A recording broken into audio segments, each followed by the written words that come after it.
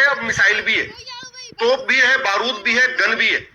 इसके बावजूद पिता के सामने बेटी का बलात्कार हो रहा है, पति के सामने पत्नी का बलात्कार हो रहा है, बच्चे के सामने मां का बलात्कार हो रहा है।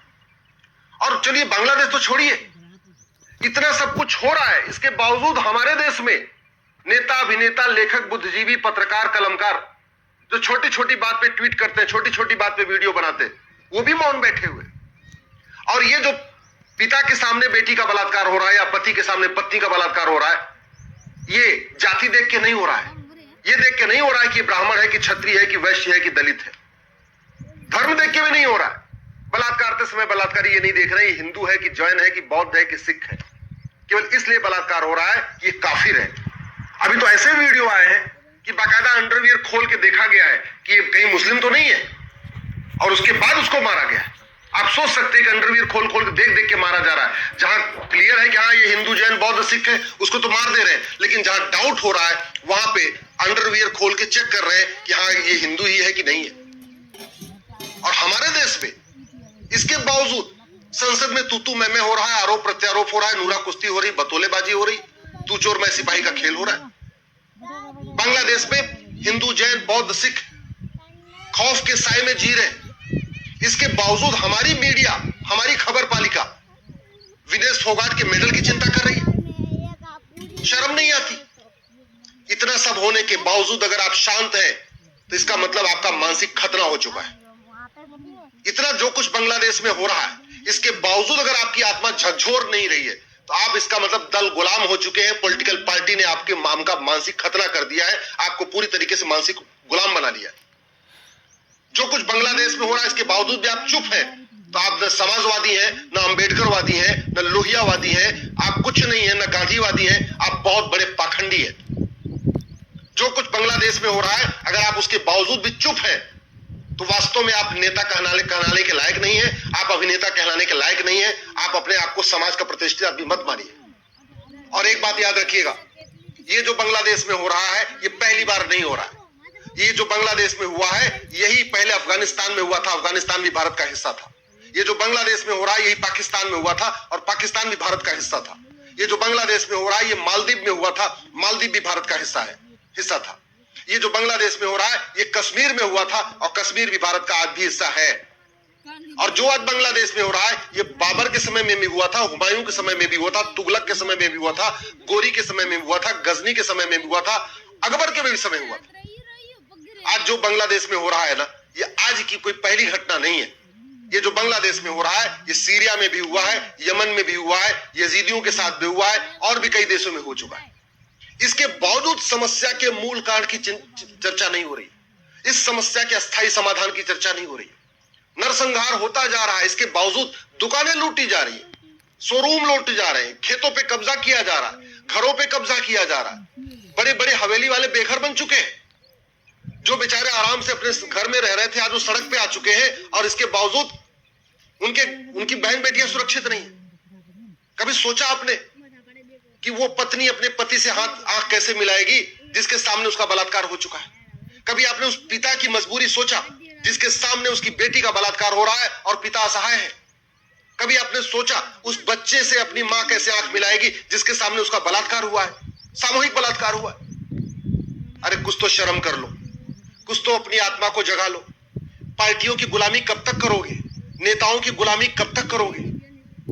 और अगर तुम सोच रहे हो कि जो बांग्लादेश में हुआ है ये भारत में नहीं होगा, तुम्हारी बहुत बड़ी भूल है।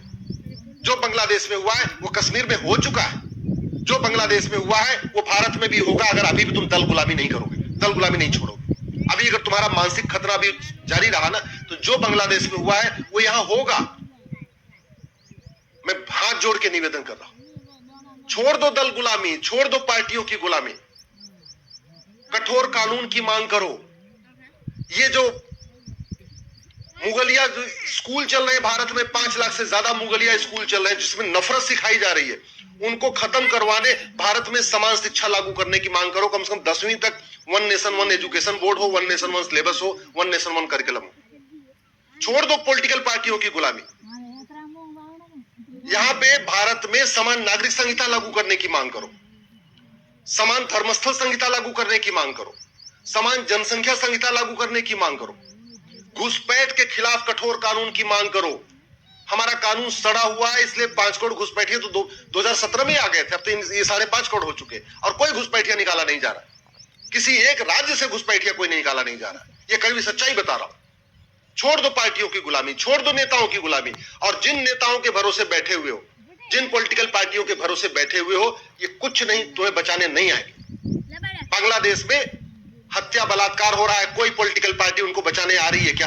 जो वहां हिंदू जैन बौद्ध सिख 1 करोड़ से ज्यादा आज की डेट में सड़क पे आ गए हैं, वो भी वोट देते थे, वो भी पॉलिटिकल पार्टियों के सदस्य थे।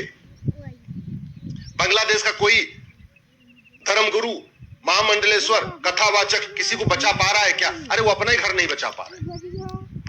बांग्लादेश का कोई व्यापारी दूसरों को बचा पा रहा है कि नहीं? वो अपनी दुकान नहीं बचा पा रहा है, अपना शोरूम नहीं बचा पा रहा है, दूसरों कैसे बचा लेगा? बांग्लादेश का कोई नेता अभिनेता दूसरों को बचा पा रहा है क्या? वहां तो अभिनेताओं का घर जलाया जा रहा है, वहां तो गायकों का घर जलाया जा रहा है। अभी जलाया गया ना बांग्लादेश में घर। अगर तुम किसी नेता के भरोसे बैठे हो, किसी अभिनेता के भरोसे बैठे हो, किसी लेखक के भरोसे बैठे हो, बुद्धिजीवी के भरोसे बैठे हो, किसी कलाकार के भरोसे बैठे हो, सुबह से लेकर शाम तक किसी पत्रकार के लिए ताली बजाते रहते हो, तो तुम बहुत बड़े गफलत में हो।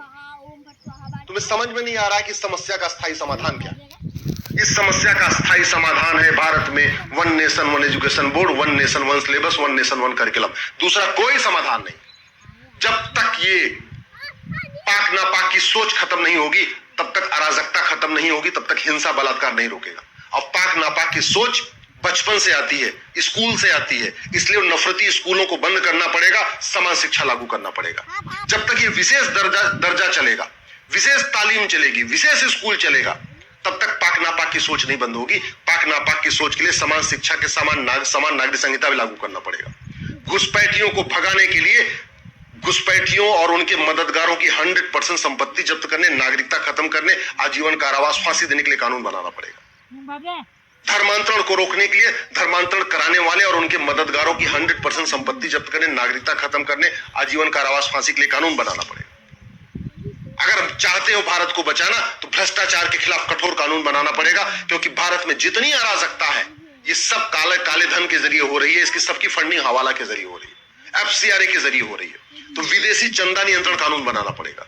हमारी यंग जनरेशन को जो नशे में डुबोया जा रहा है, बर्बाद किया जा रहा है, उसके लिए नशे के खिलाफ कठोर कानून बनाना पड़ेगा। और खुद भी सोच लो कि जितनी अराजकता बांग्लादेश में है, इतनी अराजकता दुबई में क्यों नहीं है, इतनी अराजकता कुवैत में क्यों नहीं है, इतनी अराजकता अरब में क्यों नहीं है? क्योंकि दुबई, अरब, कुवैत का कानून कठोर है। ऐसा नहीं है कि वहां पे सब लोग रहते हैं वहां पे। आप कभी सुना कि दुबई में किसी हिंदू जैन बौद्ध सिख का घर जलाया गया हो? कभी सुना आपने कि कुवैत में हिंदू जैन बौद्ध सिख का घर जलाया गया हो? कभी आपने सुना कि अरब में हिंदू जैन बौद्ध सिख का घर जलाया गया? नहीं जलाया गया। क्यों? कानून इतना कठोर है।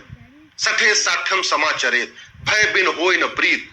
भारत को बचाना है तो भारत में जस्टिस विद इन लागू करना पड़ेगा, कठोर कानून बनाना पड़ेगा और जस्टिस विद इन लागू करना पड़ेगा। भारत को अगर बचाना है तो ये जो जाति का जहर घोलने वाले नेता हैं, भाषा का जहर घोलने वाले नेता हैं, क्षेत्र का जहर घोलने वाले नेता हैं, इनको तिहाड़ में डालना पड़ेगा, जेल में डालना पड़ेगा। और वो जेल में तभी जा पाएंगे जब कठोर कानून होगा। जब तक ये पाखंडी, ये जो हजारों करोड़ की कालाधन बेनामी संपत्ति इकट्ठा करके और सफेद टोपी पहन के जो संसद में पहुंच रहे हैं, जब तक ये नहीं रुकेंगे, तब तक भारत में अच्छा कानून नहीं बन पाएगा। अच्छा कानून तब बनेगा जब अच्छे लोग संसद में जाएंगे, और अच्छे लोग संसद में तब जाएंगे जब बुरे लोग तिहाड़ में जाएंगे।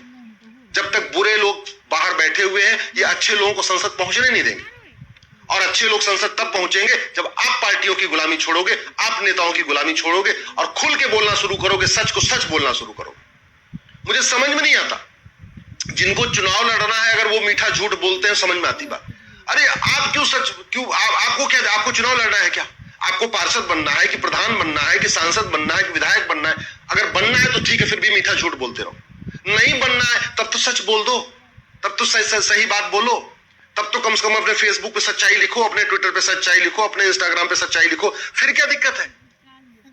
एक बात याद रखना, दुर्योधन का ननिहाल गंधार भी भारत था, राजा भरत का ननिहाल कैकेयी भी भारत था, मालदीव भी भारत था। हर जगह से हिंदू खत्म हो चुके। भारत के 9 राज्यों से हिंदू खत्म हो चुके हैं। 200 जिलों, 800 जिलों में से 200 जिलों में खत्म हो चुके हैं। 6000 तहसील में से 1500 तहसीलों में खत्म हो चुके हैं।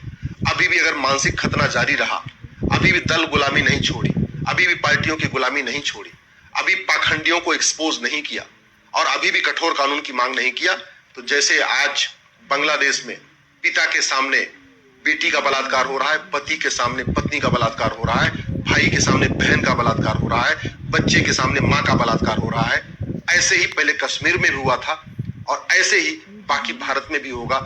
साजिश बहुत तगड़ी है और उस साजिश का एक ही तरीका है, अधर्म का नाश करने के लिए कठोर कानून बनाए।